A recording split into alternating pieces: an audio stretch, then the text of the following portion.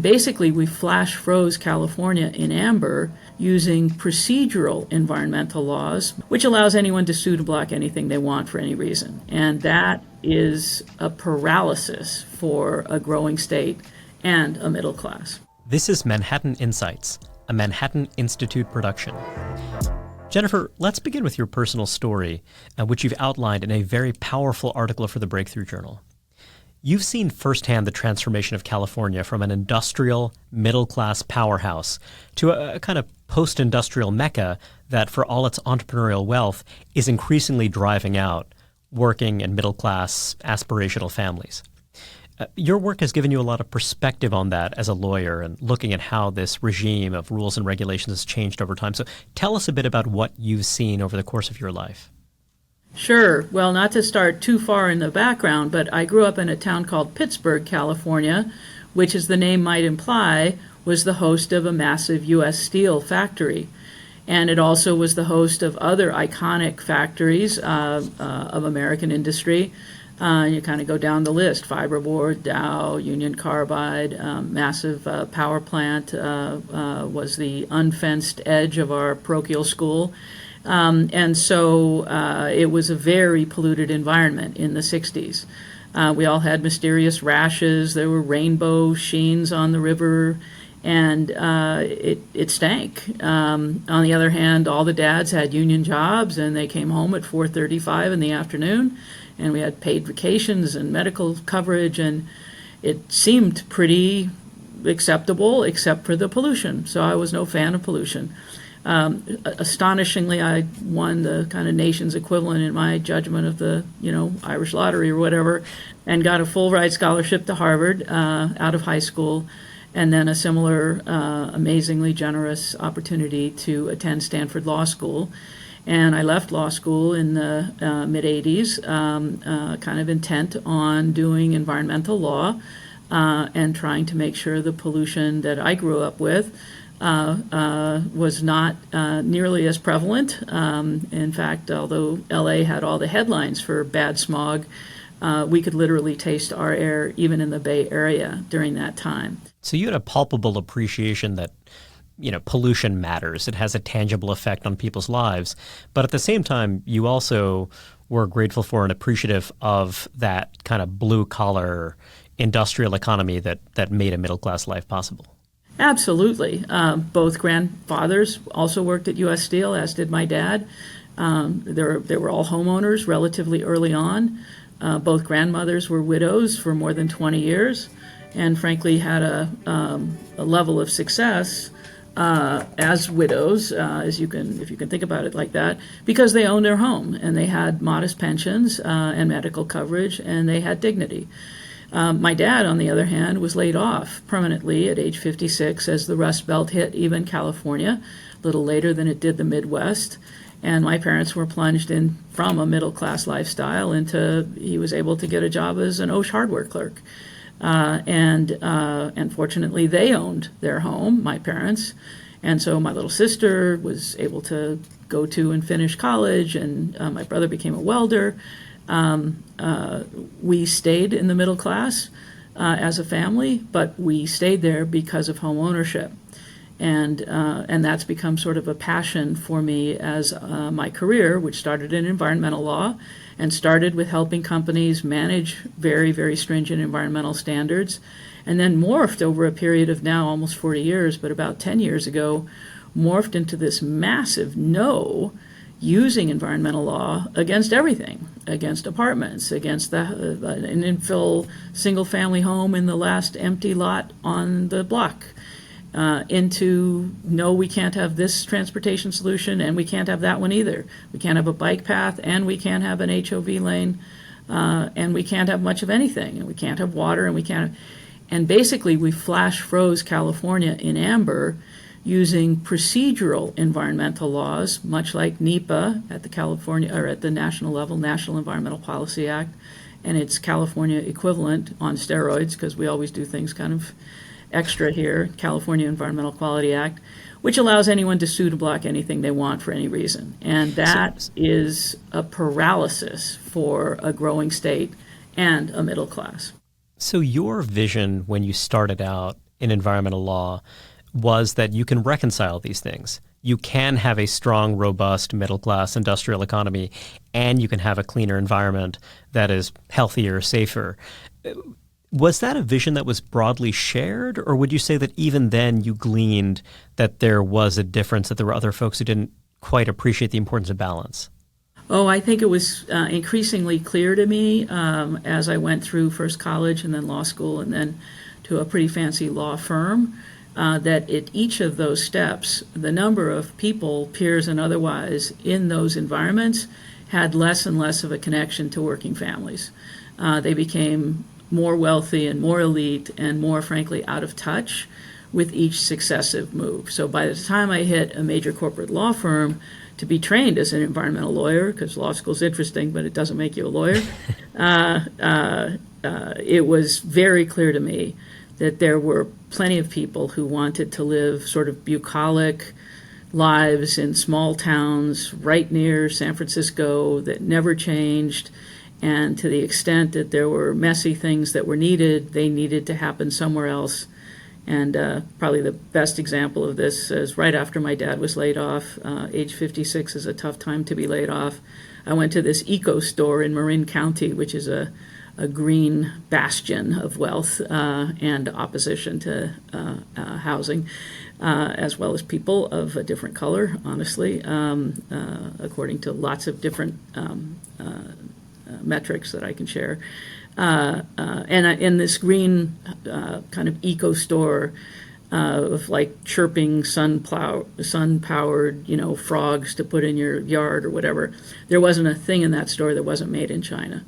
And I thought, this is not very ecological, is it, to make stuff in pretty dirty conditions with not very good labor standards and then ship them 2,000 miles across the ocean and then truck them even further so that we could buy something that would last maybe 2 months. One change in environmental policy discourse is that I imagine when you got started, the conversation wasn't primarily about climate. Since then, it has become about climate, and in particular about the idea that when you're looking at climate, when you talk to environmental justice advocates, their big focus is on the idea that climate change will have inequitable consequences. You have a lot of people who talk a good game about, being egalitarians, being people who are concerned about who are going to be the victims of environmental injustice. Yet you've argued that the particular shape of environmental regulations, particularly in California, but though not exclusive to California, has actually had a powerfully inequitable consequence. I wonder if you could give us some examples of what you have in mind. Sure. So I think when the climate movement emerged from what I'll call mainstream anti-pollution or pro-open space preservation environmentalist roots, when the climate movement emerged, there was a big focus on the southern hemisphere and how these are particularly vulnerable populations, often of color, who would be worse off if the planet warmed as anticipated. And I kind of understood that. What I didn't understand, though, was how that agenda or conclusion or theory, however you want to characterize it, meant that it was critical that a California working family couldn't afford to buy a home. The dots just didn't connect up for me. And but I kept churning along. I've been doing this kind of law now for almost 40 years. Until in 2017, our Air Resources Board, which is our lead climate agency, issued a blueprint for what the state must do to achieve then more modest climate goals. And for the first time, it really was clear in that document that, well, wait a minute, we shouldn't build homes that are affordable to people. People should learn to now live in small apartments and be renters for life. People shouldn't drive. Shouldn't drive electric cars or shouldn't drive ultra-clean non-electric cars. No, they shouldn't drive at all. We shouldn't have vehicle miles traveled by cars or pickup trucks. And to me, those just didn't match up to an agenda of reducing greenhouse gas emissions. They were really a very, very urbanist agenda, and I understand there are strong desires to promote urban living for lots of different reasons, and it's kind of happening naturally, although it's happening more naturally in a suburban scale than in a high-density urban scale. And post-COVID, it's happening more around remote work than around, fixed route bus service. But it is, in fact, happening that people are migrating away from remote rural areas, a little reverse, but whatnot. But I'm like, why is that important to the climate agenda? The entirety of California's economy, as measured here, which is a different issue, is, according to the same agency, responsible for less than 1% of global greenhouse gas emissions. So how is depriving a working family of the ability to use a car, even an electric car, to get the kids to soccer practice or visit an elderly parent or get to work, how is that connecting up? And the answer to me was, it's not connecting up. If you had enough money, of course, these regulations wouldn't affect you. You would always be able to stay ahead of whatever was the regulation. You already own a home, so you didn't need to worry about whether there'd be a new home when you were ready to buy. And you were already flying around in your private jet, and you didn't need to worry. So it's framed as environmental, but it has the effect of protecting incumbents and basically pulling up the ladder. Absolutely. And I felt so strongly about this, working with the civil rights group, we sued to block that law. Or that blueprint of climate measures. We got rope-a-doped by the state, which was helped by the COVID pandemic. A new plan was then enacted, and the new plan confirmed in writing on page 125 exactly what it was that we were saying, only this plan having said, if we do all of these things in California, households making $100,000 or less are going to be hit hard economically. But households making more than $100,000 will be better off. Isn't that terrific? And the very next, they'll be better off because there will be environmental co-benefits, or no, not even, because the measures chosen will save those households money, and which is kind of a remarkable thing to say. The very next paragraph says, and unfortunately, given California's demographics, the households making less money are disproportionately black and brown. But that's okay, because, the households making more money who will economically benefit from the climate measures we have chosen to impose in the state of California, why the whiter and Asian families that make up the majority of the cohort of $100,000 or more income households, they will save money. They will be economically better off. Now, I want you to just pause and think about California's deep, deep blue progressive identity. And think about the paragraph that says, yep, the climate measures we've chosen are going to make people of color at working class levels, $100,000 is not a bad amount of income. It should be an amount of income that is a ticket to the middle class, for gosh sakes. And instead, it's now a ticket to be spending even more on electricity, even more on gasoline or on cars, because we're not going to have gasoline cars and we don't have inexpensive electric vehicles. Even more on various goods, because we're not going to be able to make as many goods here, because we're going to really do our best to get rid of, say, natural gas, which is our last fuel stock that's used in industrial processing. If you need to harvest tomatoes when the sun says it's time to harvest tomatoes, let's take those tomatoes to Nevada and turn them into ketchup or salsa, where Nevada has natural gas and California wants to get rid of it. It's a series of really ideological decisions that is, as it says itself, locked and loaded in opposition to upward mobility. It impoverishes, it increases poverty for households making $100,000 or less. That's teachers. That's all the folks we kind of pretend we like, construction workers. Jennifer, you have touched on the racial dimension here, and I'm curious, when you're looking at the political scene in California, this set of rules and regulations that you've characterized as green Jim Crow, has there been a backlash among Hispanic and Black Americans? Has there been some groundswell in opposition to these cost-increasing regulations? Well, we certainly have had courageous politicians. One former black police chief, for example, Jim Cooper, who sat in the assembly for many years, was a courageous voice in saying, what are we doing to ourselves and why in a global environment where we're less than 1% of the problem? And by the way, we have a track record of inventing new technology and then financing and deploying it in a way that could make a difference. Why are we just looking at ourselves and making it even worse? California already has the highest poverty rate in the nation. What are we doing?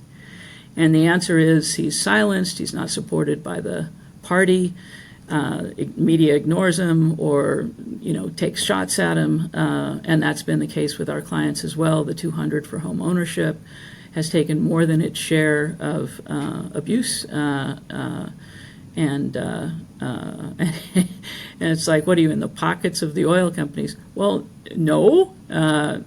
We would like to be able, to work and do what my parents and grandparents did, which is acquire a home. It's the way we build wealth. And, well, then the answer is that shouldn't be the way we build wealth in the United States. We need to change that paradigm. Like, okay, fine, you change the paradigm, go to conferences with yourself. Meanwhile, you're telling me I have to spend all my money on rent because you won't allow us to build anything, let alone build anything that's affordable for homeowners, and not have transportation solutions that actually work for our family. There was this breathtaking article in Vox recently that said, oh my gosh, here's a single black mom with a business she's built from scratch, selling in farmers markets with 2 teenage kids, driving a Prius around that uses gasoline, and man, her life is really dependent on having access to that car. She's got the kids in the back seat, the tents on top of their laps, all the gears in the back, she's dropping people. Her life without a car is not possible. Why is that a breathtaking news story? How is it that we don't know each other well enough anymore to know how important mobility is? Affordable mobility, affordable air conditioning, affordable homes. Why doesn't that matter anymore? And the answer seems to be climate matters more. Okay, fine, if that's your value set, but then you really need to go that extra mile to reconcile those two goals. We need and equity. You need to own up to it to some degree, because I suppose, So, one great illustration of the point you've raised about who bears the cost of these interventions, in 2022, in an effort to encourage electric-powered heat pumps over traditional heating and air conditioning, the Bay Area banned gas heaters. The state now offers rebates for new heat pump installations, but because installing a new heat pump can cost more than $20,000, these subsidies have overwhelmingly benefited richer households, with about 8% of installations happening in lower-income households. First of all, what is happening to lower-income households that have an HVAC system that's broken down? I'm just kind of curious, how does that even work? Well, at least for this moment, you can still go down to the nearest, appliance store and pick up a replacement water heater. Glory be. When this new law takes effect, first in the nation, adopted by a hugely progressive group of locally elected officials who serve on our air district in the Bay Area, when this law takes effect, I believe we will all rush off to Reno or Vegas and buy those same hot water heaters. Because in addition to the cost difference, Reihan, we have a huge time difference. You lose your hot water heater, you lose hot water. And if you don't have hot water in California, you don't actually have a legally habitable unit.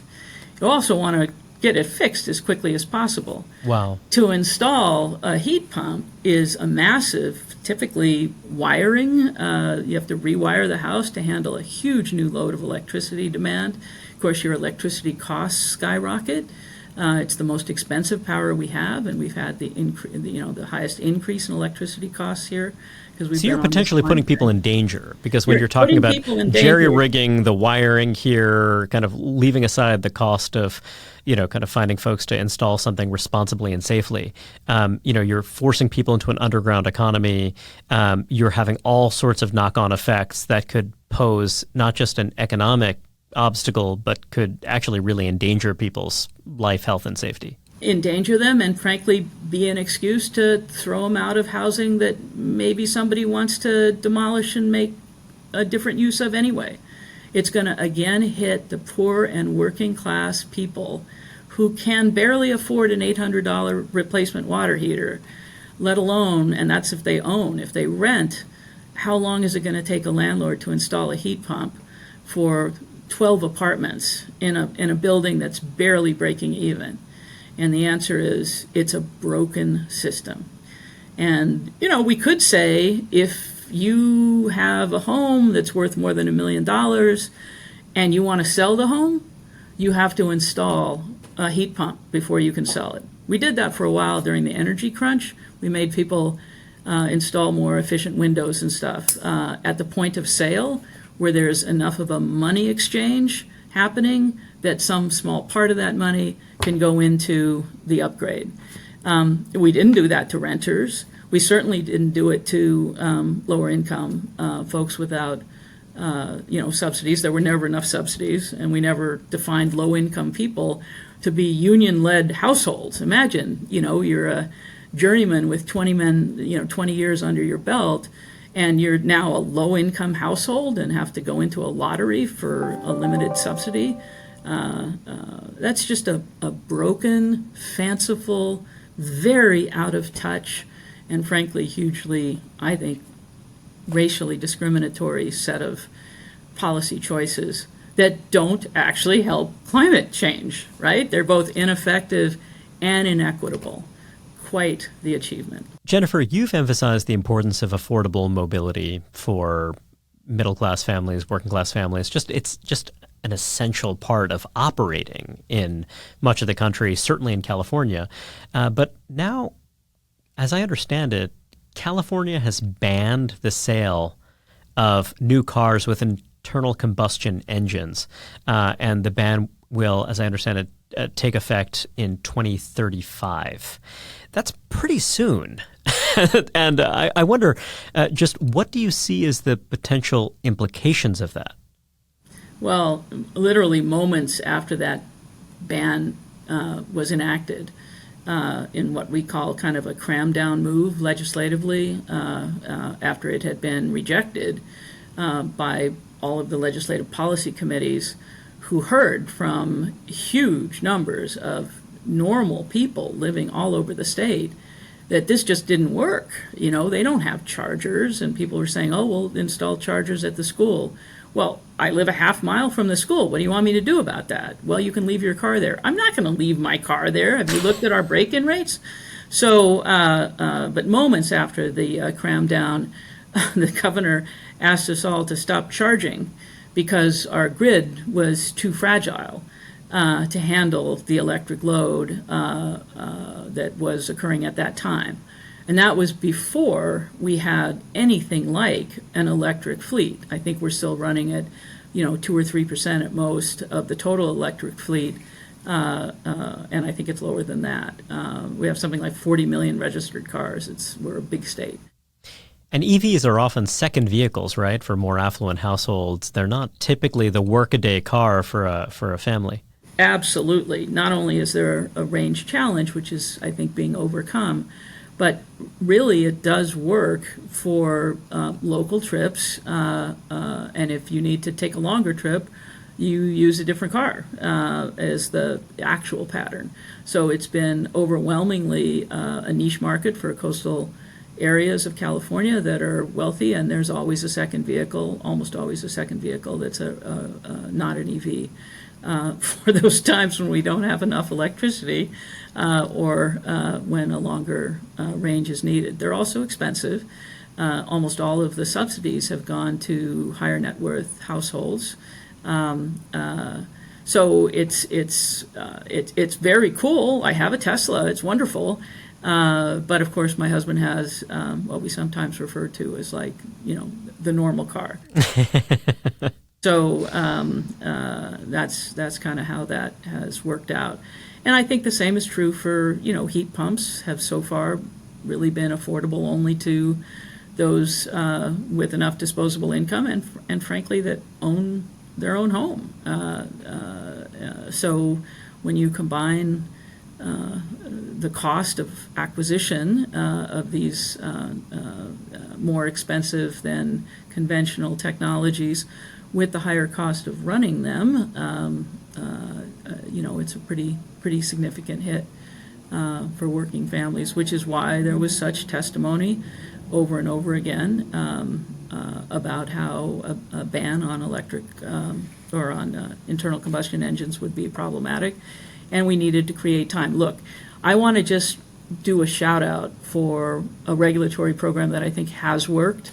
In 1972, when the Clean Air Act was enacted, we had massive tailpipe emissions, massive, and it was a major contributor to smog. In 2016, President Obama's EPA reported that tailpipe emissions for smog-forming pollutants had dropped by 99%. Who knew in 1972 that you can stuff something called rare earth minerals in a pipe, call it a catalytic converter, and give yourself a high five? We didn't know that. There were other changes, obviously, also, but we systematically tried to solve a pollution problem. In 1972, we didn't say, my God, look at this smog. We're going to take cars away from especially lower and middle income people, who, by the way, we're also not going to allow to live very close to their jobs because we don't want to change the neighborhoods near jobs either. And if we do, we're going to change them with high cost rentals, and they're not going to be able to afford that either.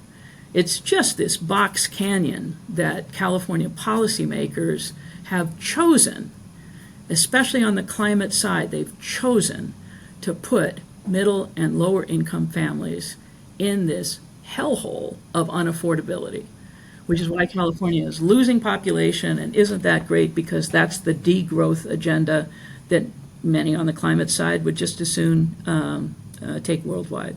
One thing I found interesting and telling is that you mentioned catalytic converters. When you're looking at the drastic reduction in tailpipe emissions from, for example, hybrid electric vehicles, when you're thinking about rare earths as a commodity that can be difficult to extract, that in itself is a very potentially environmentally costly process, you could spread out the rare earths in one vehicle for a 100% battery electric vehicle across a much larger number, say 30 plus hybrid electric vehicles, and have a very big effect on reducing pollutants and also a big climate impact as well. And yet it almost seems as though there's this religious objection to the idea of using cars that have any internal combustion component to them at all. I wonder, where is that coming from? Because, even again, from just a kind of pure climate perspective, it just doesn't seem as though that approach makes sense. Is it because it's cool? I mean, is it because people are more excited about the technology, or is there something else going on? Oh, I have strong views that something else is absolutely going on. If we were to kind of step back and say, okay, we need to reduce greenhouse gas emissions, what are the least environmentally damaging ways to do so? We would be signing up for nuclear. We would be signing up for carbon capture sequestration at gas plants. We have almost entirely achieved the carbon reductions we have in the United States by converting from coal to gas. We know how to actually strip gases from all kinds of different processes. We figure it out pretty quickly. It's a little costly, and then it becomes part of our ecosystem, if you will. This is a much, much broader agenda. One of the most interesting reactions I had after publishing Green Jim Crow, where I make this point about, rare earth minerals solving in catalytic converters smog-forming chemicals, is we actually have a rare earth mineral mine in California, which has long been targeted for shutdown by various regulators and environmental advocacy groups. Most of our mines have been targeted for shutdown. This is still sort of limping along, But even when it produces rare earth minerals, China has the almost global monopoly on processing those minerals into something useful. And so one of the longtime environmentalists who I've known for 40 years called after Green Jim Crow was issued, and he said, well, it is true, this is hit harder our working Californians and our locally produced, locally sourced resources, not just rare earth minerals, but we have oil and gas reserves. Instead, we import them from Saudi Arabia now. But his comment that just is so haunting is like, but at least we lifted millions of Chinese out of abject poverty. And that's Jerry Merrill. And I'm like, wow, who said that it was the job of environmentalists to change the economic profile of the poorest in China at a cost of impoverishing hardworking people in the U.S. and California? One thing I find confusing is there is a case to be made that, look, from a global climate perspective, the atmospheric concentration of carbon depends as much on whether or not coal is being burned in Bangladesh as it does on, what's happening in California. To your point earlier on, the idea that California is unilaterally going to have an effect on this, big picture seems a bit odd. But I suppose you could say, look, we want open space, we want cleaner air, we're willing to pay for it. You could even say cynically, we're willing for poor and working class people to pay for it, or, we want to drive those folks out. That could be, that's frankly something that, I imagine you and I would find pretty offensive, a pretty noxious perspective, but at least it's coherent. What I find confusing is the blending of these two things, claiming that these policies that are drastically reducing costs, that are having a negligible impact on climate per se, it's just the lack of coherence that I find, just genuinely very odd. And it's hard for me to understand how these policies have gained such momentum because, California, you have a legislative analyst's office, you have a state bureaucracy that, for what it's worth, has sophisticated people who are presumably evaluating environmental impact. You've done a ton of work on the California Environmental Quality Act. The whole point of it is to do rigorous analysis. So where is the breakdown here? When you're something like CEQA, when it's supposed to provide a kind of coherent, rational environmental impact, what are you actually getting that's driving these policies? Well, I think CEQA is a perfect example for building the climate pathway we're on now. CEQA was originally in 1960 or 70 about, pollution and beautiful open space protection and whatnot. Now it's about whether undergrads at UC Berkeley may, imbibe a little too much and shout on the street. And that is, quote, an environmental impact if the shouting happens after 10 p.m. It's illegal to shout, by the way, on the street in Berkeley after 10 p.m., but now it's also an adverse environmental consequence. Everything is environmental. And just to be clear, you're not joking. That I'm literally, not joking. That literally is considered an environmental impact, just the noise pollution from young people just living in the dorms. Exactly. I was guess that envisioned in the legislation when it was passed in the early 70s? Of course not. The legislature absolutely didn't create what we have now in CEQA, and I've done, as you said, a lot of writing about it. But climate has taken the same path. Climate is both a politically very powerful movement, and it's also a well-funded program.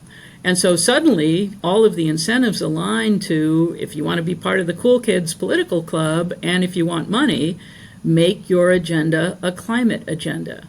My gosh, the global climate is changing. All of biodiversity is at risk. We cannot convert a single blade of grass currently being chomped on by a cow 2 miles away from the Stanford campus. God knows we can't make that housing because that cow is preserving biodiversity in some mysterious way because that's now a climate priority. And that's an example of mission creep that is very much reflected in our climate blueprint. So it's almost like a kind of greenwashing where, you have priorities for any number of issues. Maybe you just don't want neighbors, or maybe you want to, ensure that poor people can't afford to, live within your county or your town. And then you wrap a climate gloss on it. And then suddenly it goes from being something that would be objectionable or unfashionable. And suddenly, you have this legitimacy you wouldn't have otherwise. Yeah, that's exactly right. The cow example was pretty flippant. This also has a really, really dark and inequitable side. For me, the best example of this, and it's again mind-bending like the student dorm example, is we know how to make very much more clean heavy-duty trucks. We've spent a lot of time and money making sure that we can take particulate matter and other conventional pollutants out of the tailpipes of heavy-duty trucks. And we have the largest port complex in terms of volume in the country in Southern California, and Southern California topographically is a very air quality challenged location. It's hot, it's kind of a giant box canyon. So, shouldn't we require cleaner trucks? It's a no-brainer, right? The environmental justice community opposed a regulation that would have required clean trucks, which, by the way, was supported by the trucking industry as a pretty good idea. Why? Because the environmental justice community spokespeople involved in that dispute wanted to hold out for all-electric heavy-duty trucks. Now, we don't have battery technology that would support taking a truck from the Port of Los Angeles almost anywhere. And in fact, notwithstanding cajillions of dollars of investments in a pretty notorious example that was cited by the head of the Air District in trying to persuade the environmental justice community to accept clean trucks. He said, look, notwithstanding all this money we've spent, when we had a demonstration of our electric truck fleet, we had to have one driven in on a flatbed so that it could limp across the parking lot and show movement. It's really hard to move a heavy truck with batteries. So does that mean that the trucks that you had before, the conventional trucks that were emitting pollutants, are going to still be there for now because they don't want to concede that we're going to have some new standard? So let's just, Isn't that remarkable? And then you wonder whether those EJ advocates went and told the moms of the kids with asthma, and I have asthma, it's not good, that, for the good of the climate, we're going to keep dirtier trucks on the road. Even though we know how to make them cleaner and make your kid healthier, we're going to oppose that because of climate change. Jennifer, you've written a brilliant essay for the Breakthrough Journal on the Green Jim Crow, so I wonder if you could define that for us. What is the Green Jim Crow? Sure. So Jim Crow is used to describe really a whole suite of practices, some embodied in law and some just embodied in the reality of people's lives, that perpetuated really racist activity well after the Civil War ended. And because it wasn't slavery, for many, many years, people kind of pretended racism had somehow been dealt with, but it was not dealt with. It simply moved into another realm that's grouped in this term, Jim Crow. Green Jim Crow describes three parts of the California climate agenda, which have the same consequence, the same racist consequence of causing disproportionate harm to working and middle-class families, which in California demographically are more likely to be Latino, Black, Asian than white.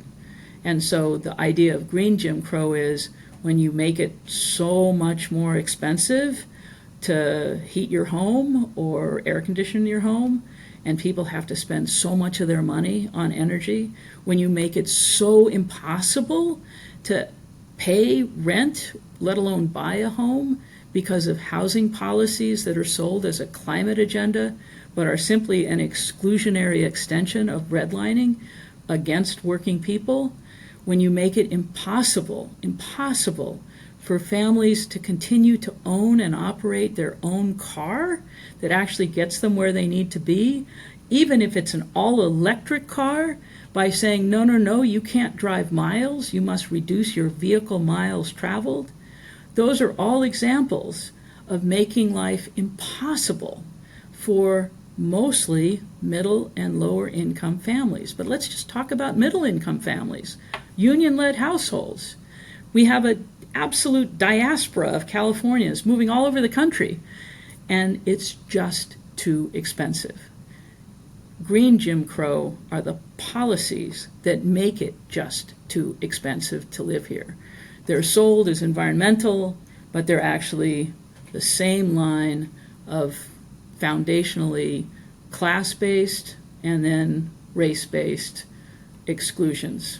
Curious about the perspective of the industry. So you said that the trucking industry was comfortable with this change, and I suppose that would lend itself to a certain cynicism because I'm sure that some of the EJ advocates are saying, oh, of course they want to do this, but it actually still is a cost, right? Because if you can just keep the same trucks you've had all along running, why not?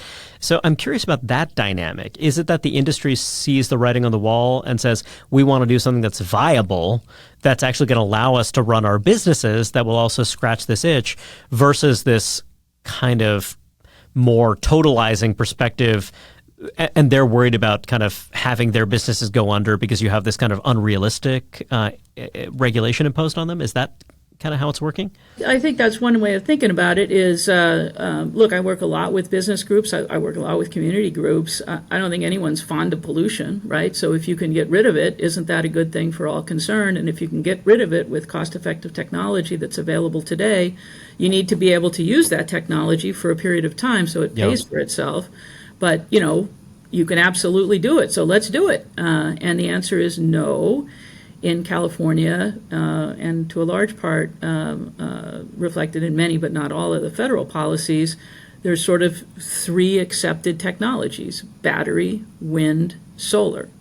And you can't match those up in any combination in a way that supports all of the California needs. But this was an example of where the cleaner truck technology was not battery, wind, or solar, as you can imagine.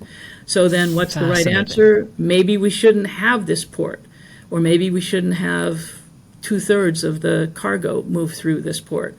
After all, we want to protect frontline communities. And the irony then is that you're just shunting it off to ports, whether it's in other states or in Mexico or, who knows where else, and you're just diverting it to places that have a different set of rules. One thing I find interesting here... And excuse me, but by the way, taking a huge bite out of roughly 40% of the Southern California economy that is dependent in one way or another on a logistics industry that functions. Our ag economy needs ports. They can't, take the strawberries to Texas. They won't be as tasty. Sorry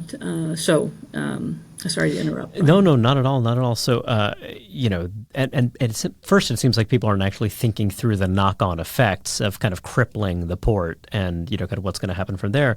But also, there's another dimension to this, which is that if you're thinking about this as a climate challenge, if you're thinking about this as an environmental challenge, you can have some coherent path in which there are many different technologies that can, get you there.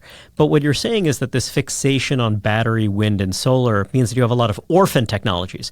There are a lot of people who thought, I'm going to invest a lot of blood, sweat, and tears in making sure that we're building heavy-duty trucks that are going to do the job. They're going to do the job cost effectively. And I'm going to count on the idea that I'll have some years to recoup my investment. And what you're saying is that these technologies are being orphaned. So kind of people who are trying to actually solve the problem rather than fit the fashion are basically being driven out of business. That's at least driven out of California. That's correct.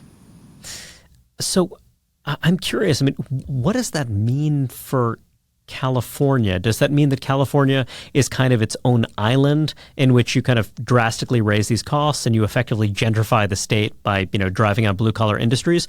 Or is your sense that California is actually forcing the rest of the national economy to bend in its direction? Because that's certainly one concern. And it seems like a lot of California lawmakers, they're very self-consciously trying to export their regulatory regime and their high costs to other parts of the country. They are. New York's a pretty good example. Massachusetts is as well. This is a red-blue divide. I have to say, I have reached out to colleagues in New York and Massachusetts who were shocked by the inequitable burdens that California's regime has placed on working families. And they're like, oh, well, we've got to avoid that. Well, it's pretty hard to avoid that if you're going to make power more scarce and more expensive, for example. It's very hard to avoid that. So what are you going to, well, we need to think about it. And usually on my side of the table, I'm a Democrat, we need to tax more and then subsidize more and then, do this and that, credit or incentive or whatever. All of that ends up having, as you know, a huge transactional cost and is also subject to sort of capture by the more politically powerful. And at the end of the day, the working family is still spending 4 times more on electricity than they were 10 years ago, with an upward trajectory that's not really ending. Look, the degrowth agenda is a real thing, as is the far left agenda. But no one's running on degrowth. Like, Gavin Newsom is, he's a shrewd politician. He's not actually campaigning, when he's, going in front of, middle-class homeowners in the Central Valley. He's not saying, hey, we want degrowth, and it's interesting. And sometimes he actually seems like he's earnestly trying to reconcile these things. So, I'm curious, these lawmakers who are approving these policies or the regulators, where is that degrowth faction? Where is that rubber meeting the road? Is it the lawyers? Where is this coming from? It's pretty, I would say it's almost never acknowledged. It's more acknowledged in the not here or not that kind. We already have a pollution problem in Southern California. We shouldn't have a big port here, or we shouldn't have this kind of big port until it can be electric. So they won't accept the trade-off. They'll pretend that the trade-off doesn't exist. They'll hand wave it away, and they'll say, well, we can't do that here. Sure, it should happen somewhere, but don't worry about it. It's all going to work itself out. Or not even that. some are really quite firmly of the we can't live like we live. If only people stopped eating meat.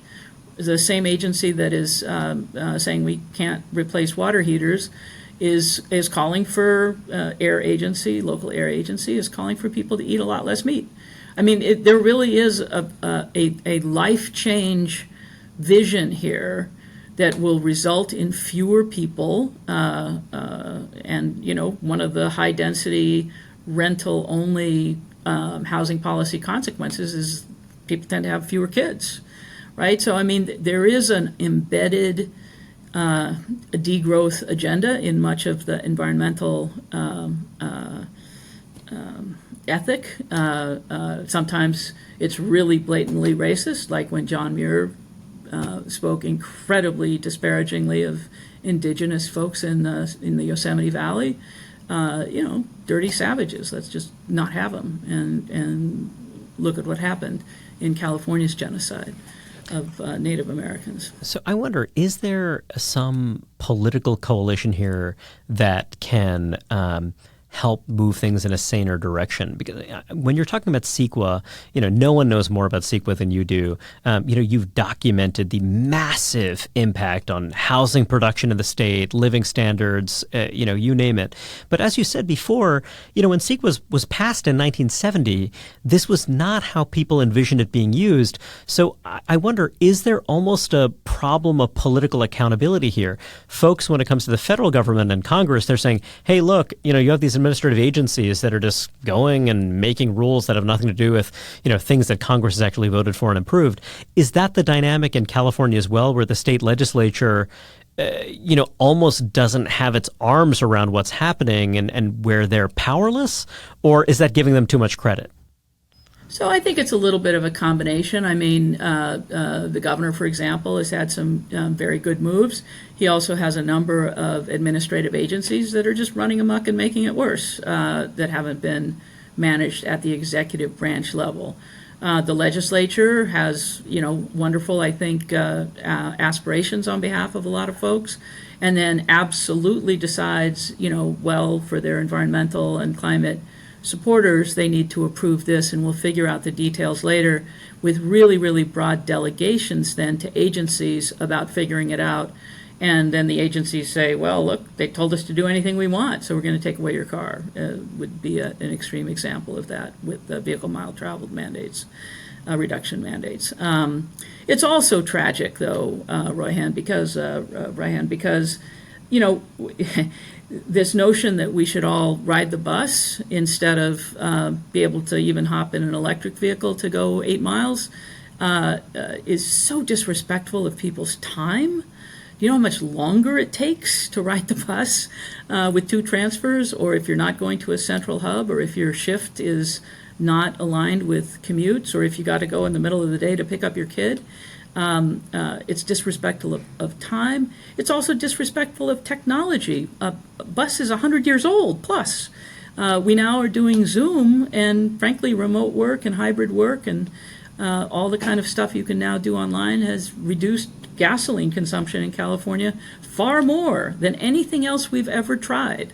And it's not because we have more EVs. We have some more EVs, but gasoline consumption is over 10% reduced since COVID, and that's because we're not driving for every last trip to pick up every last thing. And you know, we can manage fleet vehicles of the home delivery variety that are maintained centrally in a more clean and, frankly, up-to-date fleet than we can by making everybody buy an all-electric car and figure out where to plug it in. There's another dimension of this, Jennifer, that comes to mind, which is that when it comes to transit and what have you, the argument isn't, hey, let's draw people into transit by making the transit system more effective with the dollars we have right now. You know, let's see to it that the LA Metro isn't overrun by public disorder in a way that's actually scaring away commuters. That's not the emphasis. The emphasis is often on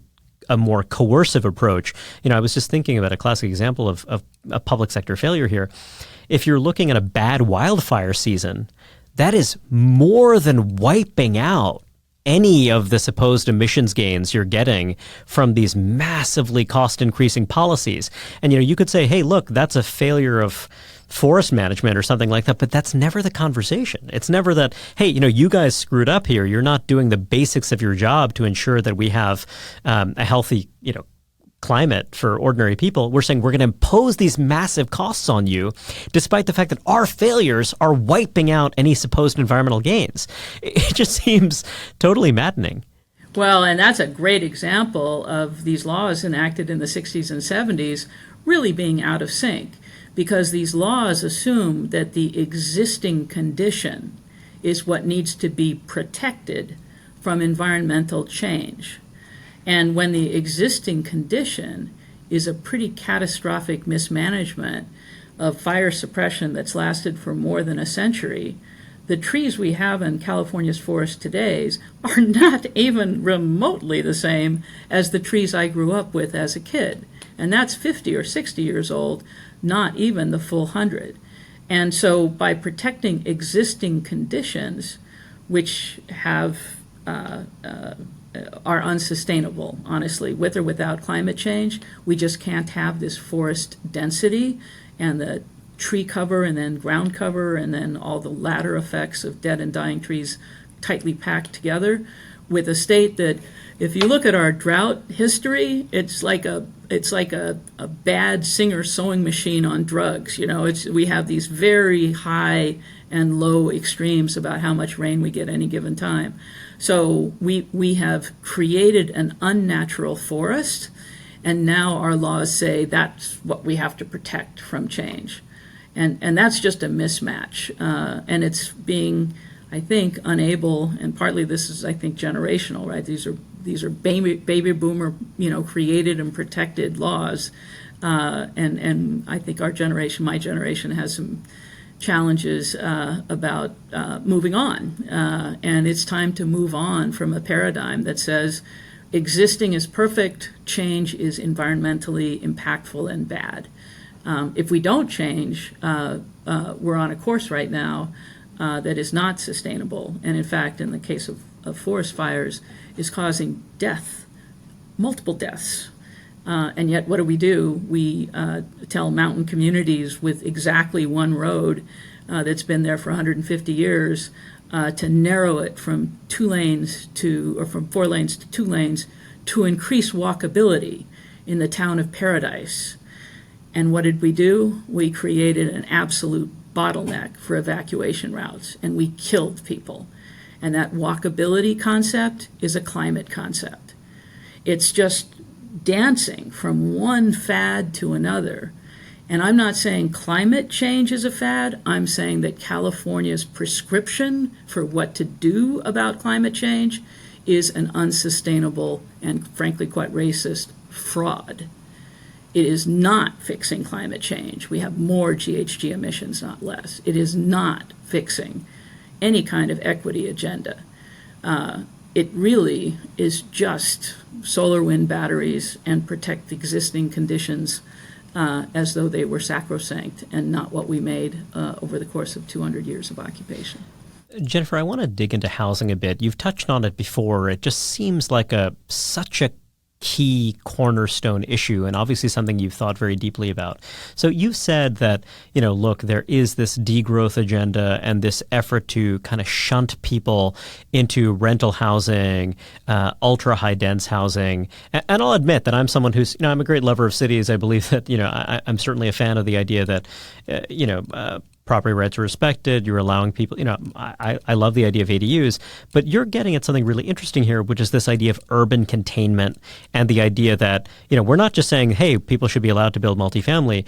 It's more this attitude that we should basically draw these urban containment zones and saying we're going to have huge areas that are off limits for housing development, period. I wonder if you could talk to us a bit about how that's played out, how that works in practice.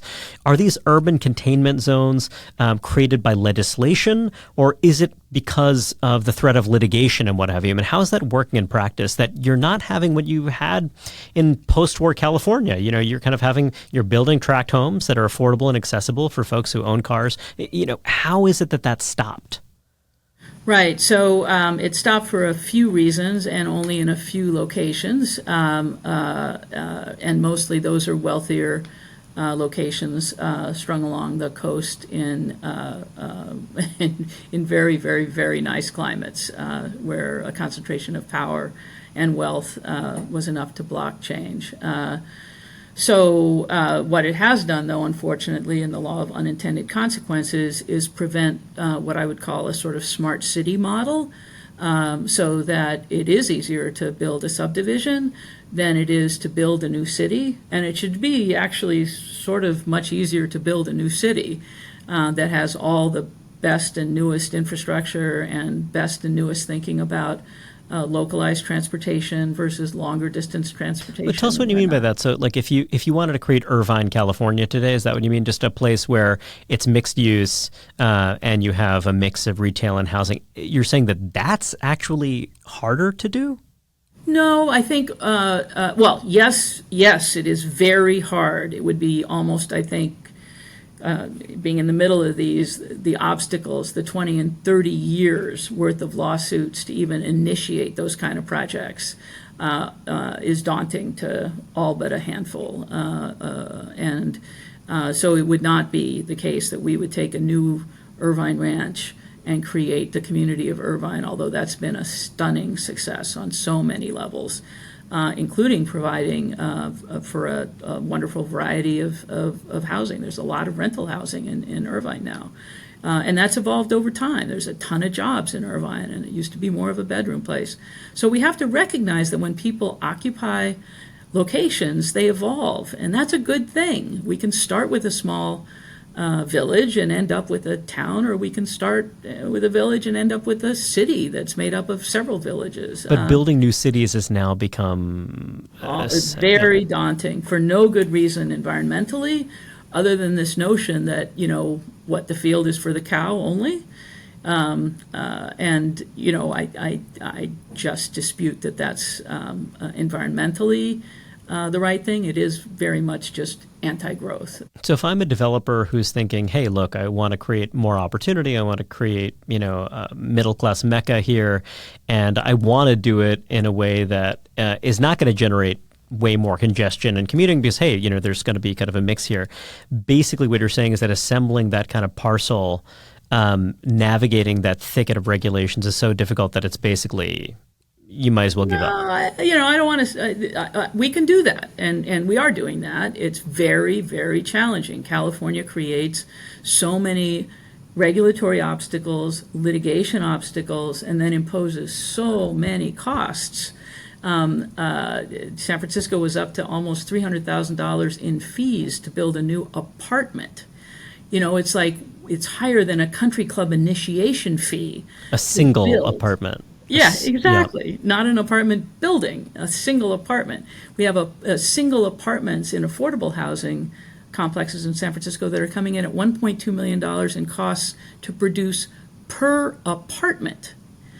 And so when you create a cost structure and a litigation structure and regulatory uncertainty or hostility that's unchecked, now you just are making it hard for anyone to actually do anything, which is why Ezra Klein talks about, blue states can't build. And red states end up with 80% of the federal dollars that go to incentivizing building. And it really is this very knee-jerk reaction to change, coupled with then, if you didn't plan for the growth that you have already in these areas, it feels crowded and unworkable. And so if you feel crowded and unworkable, we go from grasshoppers to locusts, and we just get angry. And then we get angry at everybody, including each other. And then we sue everybody in sight. And that's kind of the dynamic we've created. This is one policy issue that's very much on the front burner in California. Governor Newsom seems to have pushed for a series of legislative measures that are going to facilitate the building of green infrastructure in the state. And my impression is that there's very fierce resistance to this. Can you talk to us a little bit about that current political battle in the state? Sure. So that's a very interesting battle because the governor wanted to use this unprecedented opportunity in terms of the volume of federal dollars to remake our energy and water and even manufacturing base and transportation services, really make them move into, what should have happened at the beginning of this century finally happened. And the governor had labor alongside him. And what was fascinating to me was, housing didn't make it in at all, although that's a massive problem. The reason we have the highest poverty rate in the country is because of housing. But there has not been peace between labor and the housing production world for various reasons, and we need to get to peace on that. Even more interesting, though, is that after the governor's package was released with a lot of fanfare and labor support, it went into the green machine in the legislature, and it came out 20% of its formerly robust scale. Wow. And the governor still, claimed victory. Hey, 20% is better than nothing. But water's a good example. Any project that would actually enhance water supply in a community with new supplies, actually create some, water that people could use through better storage or conveyance or desal. That was just one example of a whole class of projects that got wiped out. There was one blessed project, just like solar wind battery. It's like the idea we could recycle water is blessed, and so that made it through the gauntlet. But what's fascinating to me, with all the federal dollars at stake and labor support, still the green machine squashed most of that agenda. And that is a testament to the power of the green machine. And when you say the green machine, I mean, you're not talking about a political constituency, because it's not as though you have some massive majority that's saying we don't want to build anything anywhere. What you're talking about, it seems, is some sort of congeries of activists bureaucrats, NIMBYs of various stripes who are not afraid to file lawsuits. Is that a fair characterization when you're talking about the green machine? Not only fair, but the only thing, by the way, that was going to happen with these reforms is that you couldn't be caught up in court for more than 270 days instead of the roughly 6 or 8 years that a lawsuit means a project is delayed by. And so this green machine absolutely intends and has long used both NEPA and CEQA as a lawsuit tool to not just delay projects, but if you're offline for 6 years, it's forgotten or it's unfundable, and so it's derailed. The duration of the lawsuit is the way to kill the project, and that they were unwilling to give up. They want to kill projects when they want to kill them, no matter what the law says. And that was what was demonstrated by the Green Machine. And you're exactly right. It's a group of staffers in the legislature and advocates in the environmental movement. And that was kind of it's playing out across the country. There's a nice article by Michael Gerard at I think he's at Columbia, called Triage, and even Bill McKibben has said, look, environmentalists need to make a choice here. There's no free lunch. There's a trade-off. If you want solar, you're going to have less habitat. If you want housing, you're going to have to accept what comes with housing, which is people who need to otherwise use water, for example. But instead, can't say I'm a huge McKibben fan, but good for him for acknowledging that trade-offs exist. I mean, that certainly puts him on the right side here. So one thing that's also interesting is that when you're talking about the Green Machine, the staffers and the folks in the advocacy groups and what have you, is that it's almost as though you have the person suing you, and then on the other side of the table, you have the person in the agency, and they're actually almost colluding.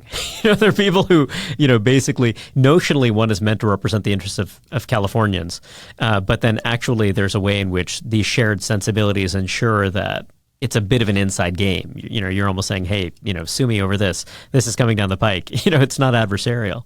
So you should think about it as kind of a gauntlet. And the agency gauntlet you have to run first successfully, ultimately, in order to get to the litigation gauntlet of whoever the holdout is on the Green Machine who still wants to kill what the agencies have now approved.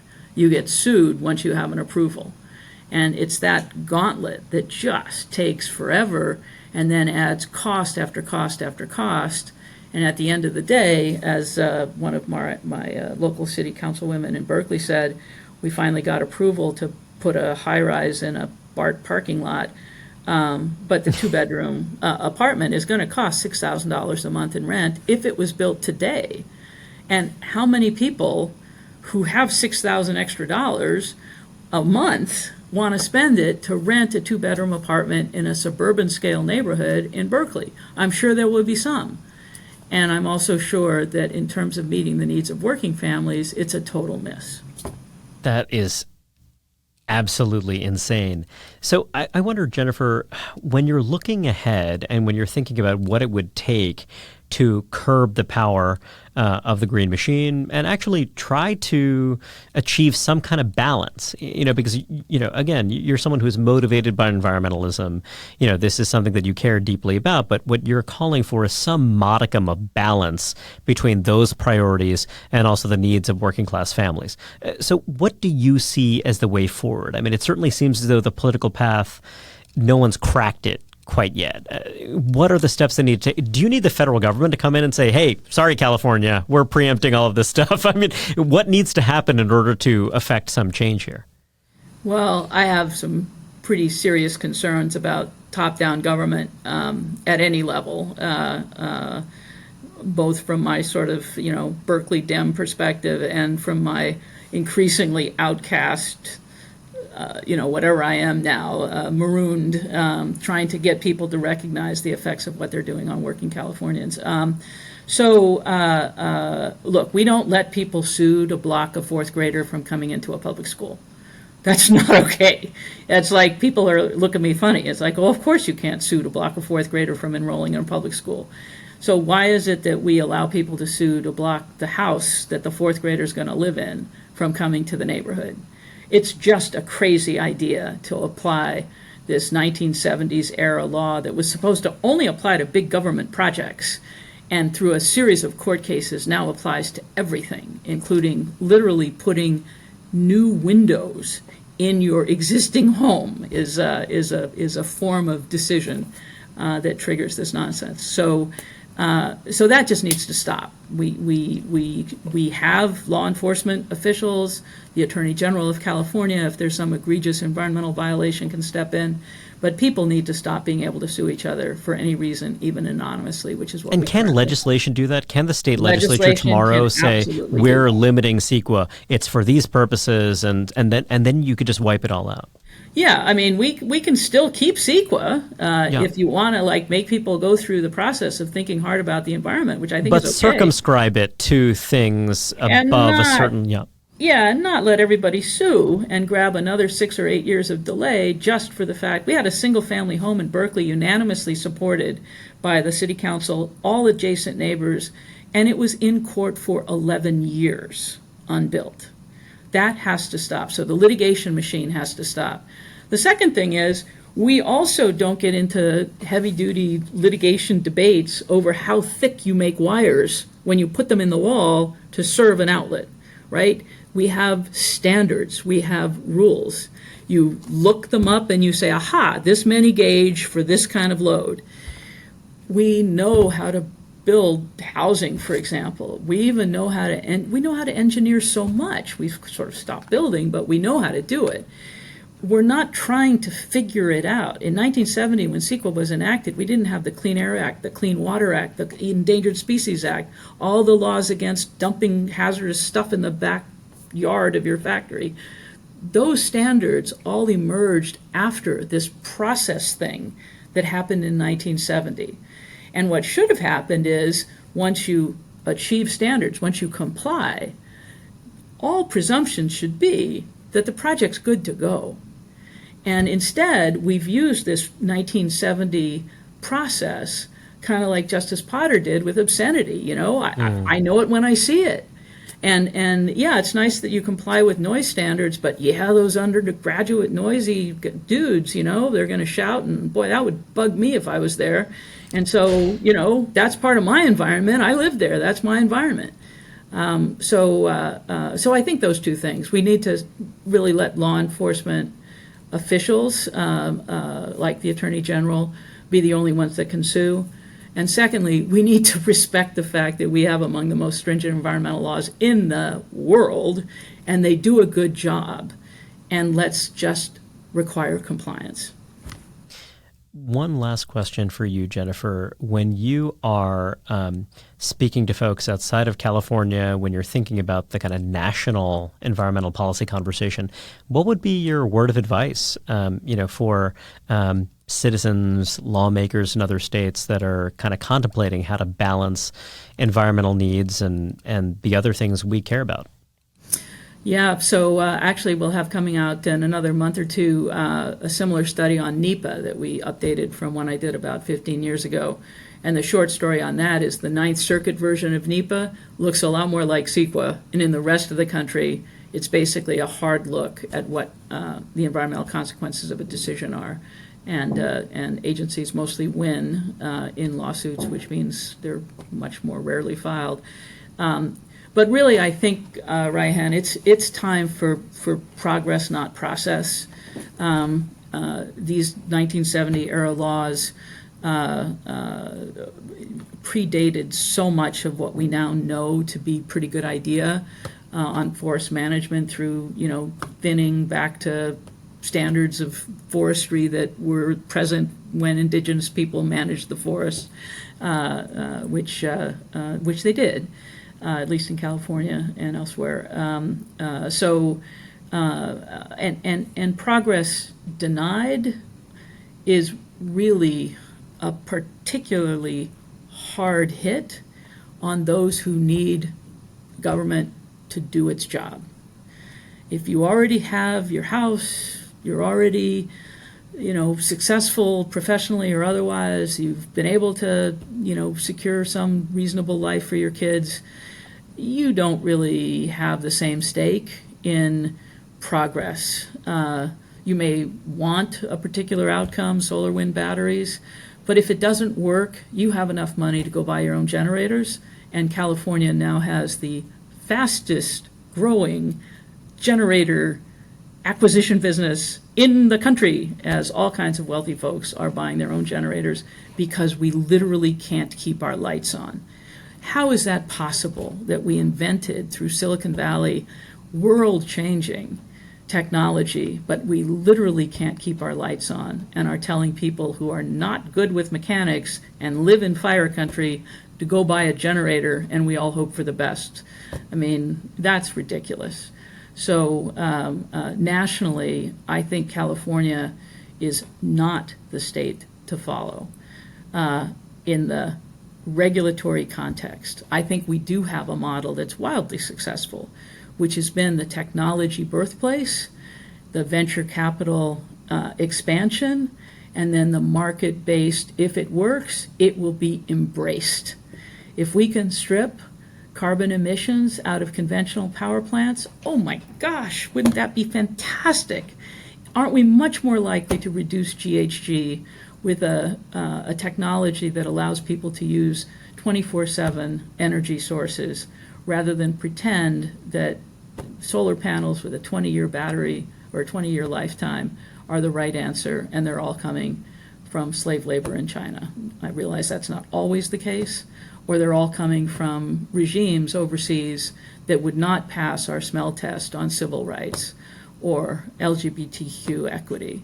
Why is it that we're throwing a largely brown labor force working fields, oil fields in California out of work while increasing imports from regimes that we don't identify as being on the same page with our other values?